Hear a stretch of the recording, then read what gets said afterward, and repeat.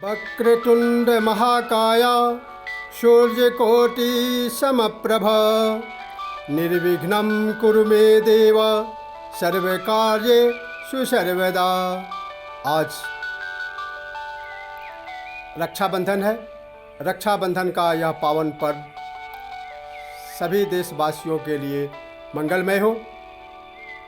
कहते हैं श्रावण मास के शुक्ल पक्ष के पूर्णिमा तिथि को रक्षाबंधन के नाम से माना जाता है। यह त्यौहार कब से मनाया गया, इसका इतिहास क्या है, इसकी पौराणिक कथाएं क्या है, इसकी क्या शिक्षा है, क्यों मनाया जाता है। जब इन बातों पर हम विचार करते हैं तो सर्वप्रथम एक प्रसिद्ध मंत्र आता है जो कि हम अक्सर रक्षा सूत्र बांधने के साथ उसका प्रयोग करते हैं। इसमें इस त्यौहार का उद्देश्य, इस त्यौहार का इतिहास, इसकी पौराणिक महत्व प्रतिपादित किया गया है। ये न बद्धो बलिराजा दानवेंद्रो महाबला तेन ताम प्रतिबध्नामि रक्षे माँ चल। इस मंत्र में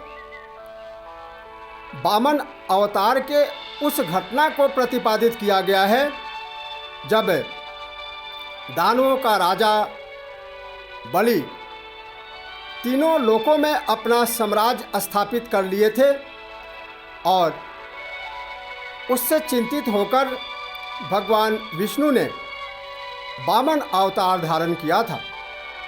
भगवान वामन उनसे 3 देग पृथ्वी मांगने के लिए उनके द्वार पर गए। दानवीर बलि ने इसी रक्षा विधान के वजह से जो संकल्प लिया था कि मैं 3 देग पृथ्वी आपको दूंगा, इसके वजह से, इस संकल्प के वजह से जो राजा बलि तीनों लोकों में अजेय हो गए थे, इसी रक्षा विधान के द्वारा बध गए थे। यह अपने महिमा को दिखाता है कि यह त्यौहार कितना पावन है और इसका इतिहास कितना प्राचीन है। किंतु इससे भी पूर्व भविष्य पुराण में एक कथा आती है कि एक बार दानव और देवताओं में 12 वर्षों तक लगातार युद्ध चलता रहा। देवता पूरी पराक्रम के साथ दानवों से युद्ध करते थे किंतु बार बार पराजित होते जा रहे थे।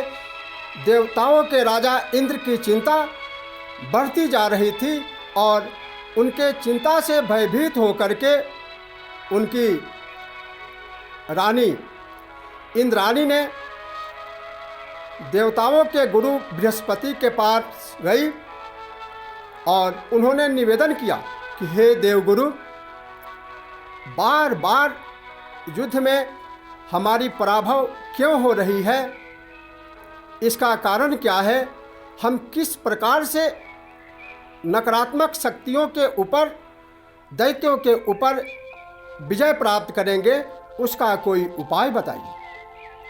तो देवगुरु बृहस्पति ने बहुत सुंदर बात बतलाई थी। उन्होंने कहा था, दैवाधीनम जगत सर्वे मंत्राधीना देवता ते मंत्रा ब्राह्मणाधीना। देवगुरु बृहस्पति ने कहा था कि यह सारा संसार परमात्मा के अधीन है, देवताओं के अधीन है, लेकिन वह परमात्मा मंत्र के अधीन है और वह मंत्र शक्ति मननात् इति मंत्रः, वह मनन करने की जो शक्ति है वह साक्षात ब्राह्मणों के पास है। इसलिए यदि आज के दिन श्रावण पूर्णिमा के दिन ब्राह्मणों को बुला करके स्वस्ति वाचन, शांति वाचन और रक्षा कवच के द्वारा अभिमंत्रित करके यदि रक्षा सूत्र बांध कर देवगण युद्ध करने जाए तो अवश्य युद्ध में विजयी होंगे, यह शास्त्र मत है। इंद्राणी ने ऐसा ही किया। मंत्र, शांति मंत्र और स्वस्ति वाचन मंत्र आता है। स्वस्ति वाचन मंत्र उसी कथा का उल्लेख करके इस मंत्र को बनाया गया है। उसी घटना का उल्लेख करके यह स्वस्ति वाचन मंत्र, जिसका हम प्रत्येक शुभ कर्मों के पूर्व उपयोग करते हैं। ओम स्वस्ति न इंद्रो वृधस्रवाः स्वस्ति नः पूषा विश्ववेदाः स्वस्ति नस्तार्क्ष्यो अरिष्टनेमिः स्वस्ति नो बृहस्पतिर्दधातुः। शांति मंत्र। ओम द्यौः शान्तिरन्तरिक्षगं शान्तिः पृथिवी शान्तिरापः शान्तिरोषधयः शान्तिः वनस्पतयः शान्तिर्विश्वे देवाः शान्तिः ब्रह्म शान्तिः सर्वगं शान्तिः शान्तिरेव शान्तिः सामा शान्तिरेधि। ओम यतो जतः समीहसे ततो नो अभयं कुरु शन्नः कुरु प्रजाभ्यो भयन्नः पशुभ्यः। ओम विश्वानि देव सवितर दुरितानि पराशुव यद्भद्रं तन्न आशुव। ओम शांति शांति सुशांतिर्भवतु। इस स्वस्ति वाचन और शांति वाचन मंत्रों के द्वारा उस रक्षा सूत्र को अभिमंत्रित किया गया। तत्पश्चात देवी भागवत में आए, दुर्गा सप्तशती में आए देवी कवच के द्वारा उस मंत्र को पूर्ण रूप से सुरक्षित किया गया।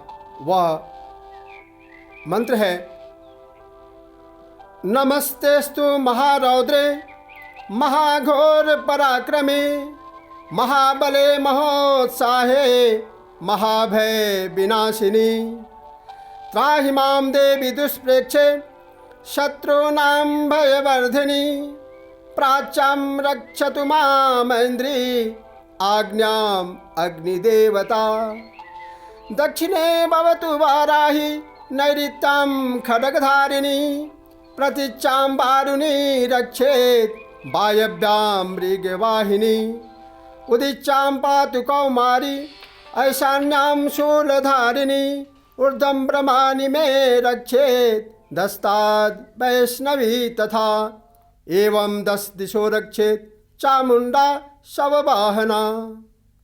इस मंत्र में यह प्रार्थना किया गया है प्राच्यां रक्षतु मामेन्द्री आज्ञाम् अग्निदेवता।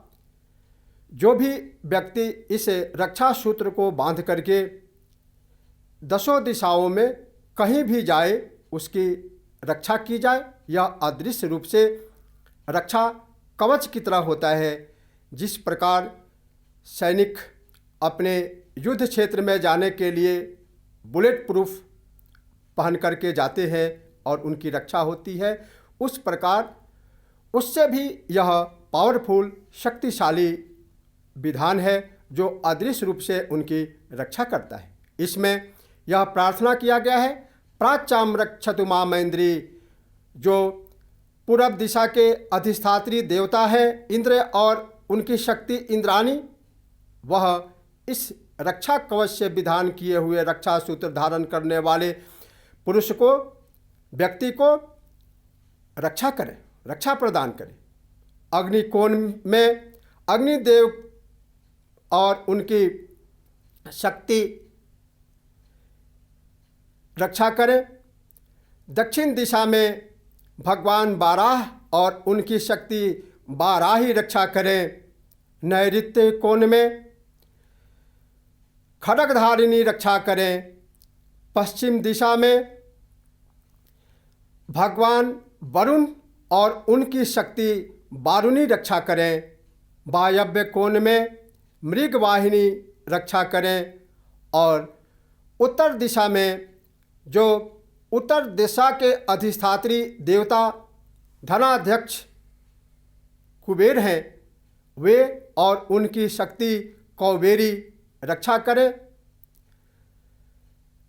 ईशान कोण में भगवान शिव और उनकी शक्ति त्रिशूलधारिणी रक्षा करें।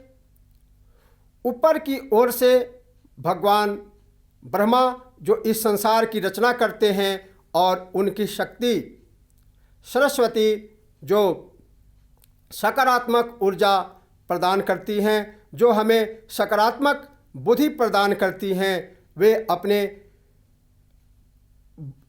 शक्ति से हमारे बुद्धि विवेक को इतना प्रखर कर दें कि ऊपर से हमारी रक्षा हो और नीचे से भगवान पूरे पृथ्वी पर भगवान विष्णु और उनकी शक्ति वैष्णवी शक्ति महालक्ष्मी शक्ति हमारी रक्षा करें। इस प्रकार से दसों दिशाओं से अभिमंत्रित इस रक्षा कवच का विधान करके जो भी व्यक्ति इस रक्षा सूत्र को बांधता है, बांधवाता है, वह निश्चित रूप से पूरे 1 साल के लिए निरोग, दीर्घायु और सभी प्रकार के कष्टों से निवृत्त हो जाता है। भगवान की कृपा उस पर सदैव बनी रहती है। इसलिए हमें इस त्यौहार के गरिमा को, इस त्यौहार के उद्देश्य को समझना चाहिए और पूरी तन्मयता के साथ इसे उत्साहपूर्वक मनाना चाहिए। आधुनिक काल में यदि इस त्यौहार का इतिहास देखा जाए तो एक घटना आती है मध्यकाल में।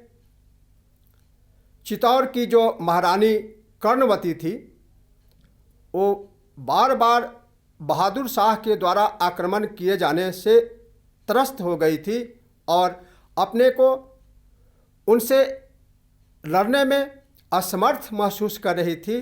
तो उन्होंने एक रक्षा सूत्र तत्कालीन दिल्ली के बादशाह हुमायूं के पास भेजा था और हुमायूं ने इस रक्षा सूत्र का मान रख करके अपना सेना भेज करके उनकी रक्षा किया था। आजकल यह त्यौहार केवल भाई बहनों के प्यार के प्रतीक रह गया है। यह त्यौहार और इसकी गरिमा, इसका इतिहास बहुत ही गौरवशाली है। इसके महत्व को समझ करके और हमें इस त्यौहार के जो शिक्षाएं हैं उस पर ध्यान देना चाहिए और आपस में प्रेम मोहब्बत के साथ रहना चाहिए, क्योंकि यह एक रूप से परस्पर प्रेम और सुरक्षा का त्यौहार तो है ही, साथ साथ यह विजय का त्यौहार भी है, क्योंकि इसी दिन देवताओं ने दानवी शक्ति पर विजय प्राप्त किया था। इस त्यौहार के मनाने से नकारात्मक शक्ति का ह्रास होता है, अंत होता है और सकारात्मक शक्ति का विकास होने से सब जगह खुशहाली, आनंद और उमंग बढ़ता है। इसलिए भगवान की कृपा आप दर्शकों पर सदैव बनी रहे। इसी के साथ जय हिंद, जय भारत।